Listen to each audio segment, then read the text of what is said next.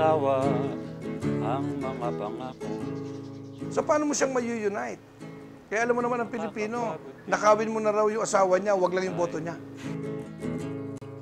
Ang mga pangakong laging napapako sa pagtitiwala ay pumapatay. Nakakapagod din ang umasa, lalo't ang bituka ay walang laman. Napakailap sa mahirap ang hustisya, lalo't bansa'y hawak lang. At yung EDSA na kanilang laging pinamamarisan, no? Karapatan nila yun na yung batas nga, no?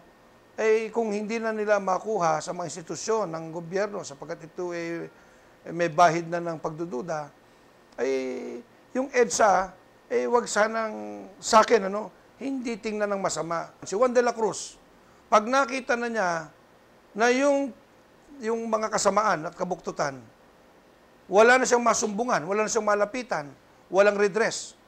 They have nowhere to go. The courts of the lands are under the control of the government. Then, he has no alternative but to take the law into his hands.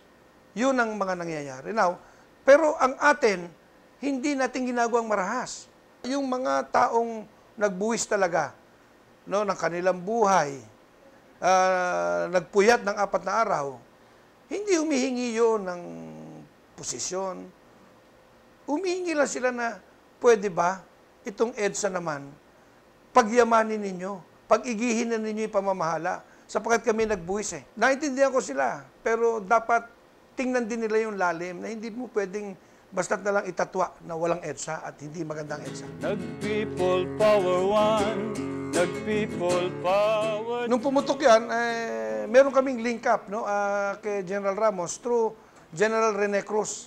At humingi ng tulong na yung komunikasyon, ipairalin at tulungan ng makarating ang mga mensahe sa field through our radio communication.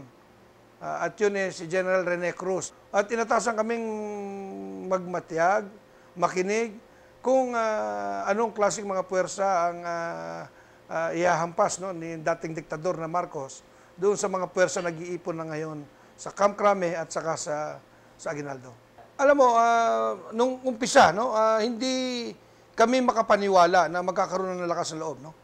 Itong dalawang taong ito na si dating Minister Juan Ponce Enrile at saka si General Fidel Ramos na titiwalag sapagkat malapit na malapit ito at kamag-anak pang parang malapit na kamag-anak si General Fidel Ramos. May pangamba kami na takot. Baka ito isang moro-moro na naman, nakatulad ng ginawa sa ambush na ginawa kay Enrile sa Green Hills at kumukuha lang ng simpatya. Kaya mixed ang feelings namin. More sa pagdududa than sa pagtitiwala. Nung mangumpisal na si Minister Juan Ponce Enrile na ang ginawa niyang pandaraya nung eleksyon, nung snap election, at nagdagdag bawas siya mismo sa Cagayan at dahil sa utos ng dating Pangulong Marcos. At number 2 na siya ngayon kinikilala niya ang liderato ni Ginang Corazon C. Aquino, dito naniniwala na kami sapagkat ang isang nakapagbigay sa amin ng lakas ng loob na totoo ito nung sumama na sa kanya si Fidel Ramos. Kaya lang hindi sumama sa kanya sa Aguinaldo, nagpunta doon sa Camp Crame. Doon nagkaroon kami ng pag-asa na magkakaroon ng pagbabago. Ang failure yung mga umupong leader hindi naunawaan yung problema talaga ng bansa natin because of the geopolitics that was played. Because we are still at that time under the Cold War era. Doon sa Cold War era, lahat ng bansa na nasa sa pailalim ng kontrol ng ekonomiya ng bansang Amerika, talagang walang laya na magkaroon ng malayang pamamahala mismo sa kanyang bayan. Kaya makikita mo, yung economic failure is the very, sabi ko focus of how even in our governance, we failed.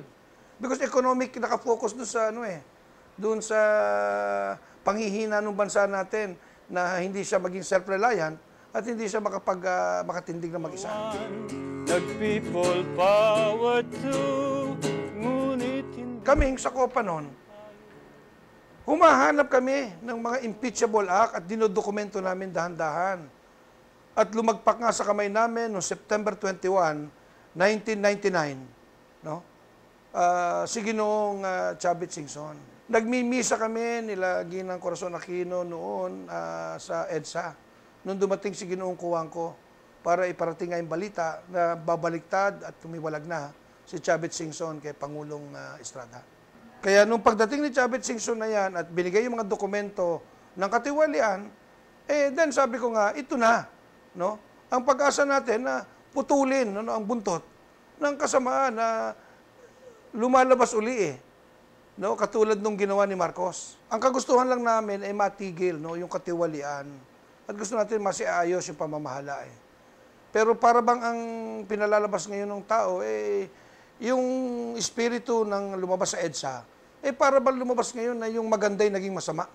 Na para bang yung exercise of people power? Para ngayon, ayaw tanggapin ng mga politiko sapagkat daw unconstitutional. Ano ang constitutional pag ang taong bayan wala na siyang matakbuhan, wala na Supreme Court na pwede mong dulugan at sabihin mo na nagnanakaw po ang aming Pangulo. Pwede po bang paalisin nyo muna dyan o tanggalin ninyo? Hindi na pwede yun Kahit nag-get sa 3, kahit mag-get sa 4. Masyadong nanggaling ito sa sektora ng mga api. Ang feeling nila na inapinyo yung aming Pangulong ibinoto. Now, pangalawa, sa nakita ko doon, marami doon talagang hindi normal ang ikinikilos sapagkat alam ko rin na kung ano ang epekto ng isang droga sa katawan ng tao. Sapagkat hindi ko maintindihan, ang isang tao pinabatuta ng 3 pulis, hindi nila mapatumba. Hindi ko titignan na masama nangyari ng EDSA 3. Yung Mayo 1 na kanilang ginawa. Ako'y nandoon nung EDSA 3. Kami yung nakaharang sa Mendiola at nakulong sa Sambeda. Pero hindi ko minasama yung ginawa ng ating mga kapatid sapagkat ito'y malaya nilang ipapamahagi yung kanilang damdamin din at hinaing. Ngunit hindi pa rin tayo natututo. Number 1, yung munang kung ano ang pagkakapareho. Yung tinatawag namin na commitment. The fire and passion of those that were involved in those 3 EDSAs. Ang pagkakaiba lang, yung EDSA 1, EDSA 2, hindi man lang tumuntong yan sa tinatawag natin ng karahasan. Doon sa 3, doon naman ako nagulat bakit nauwi sa karahasan. Nakita ko yung pagpasok nila sa Mendiola. Pagpasok nila sa Nagtahan, nandun ako. Hindi ko akalain yung mga kapatid natin saan ang gagaling yung masyadong puot at galit. Unique ang Pilipino Pero hindi dapat ito magalit sapagkat ang nagagalit dito sa EDSA, alam mo kung sino? Yung mga politiko Sapagkat walang politiko na sumama sa EDSA 1 or EDSA 2. Ang politiko huli. Kaya nga ang kasabihan, huling kabit amanos. Pero nung natapos na yung EDSA, unti-unting mabilis pa sa alas 4, ang politiko ang unang nagkiklaim na nandun sila sa EDSA. Kahit mag-get sa 4, ang buhay natin di pa rin magbabago. Kahit mag-people power, tayo ang talo. Hanggat hindi tayo natututo.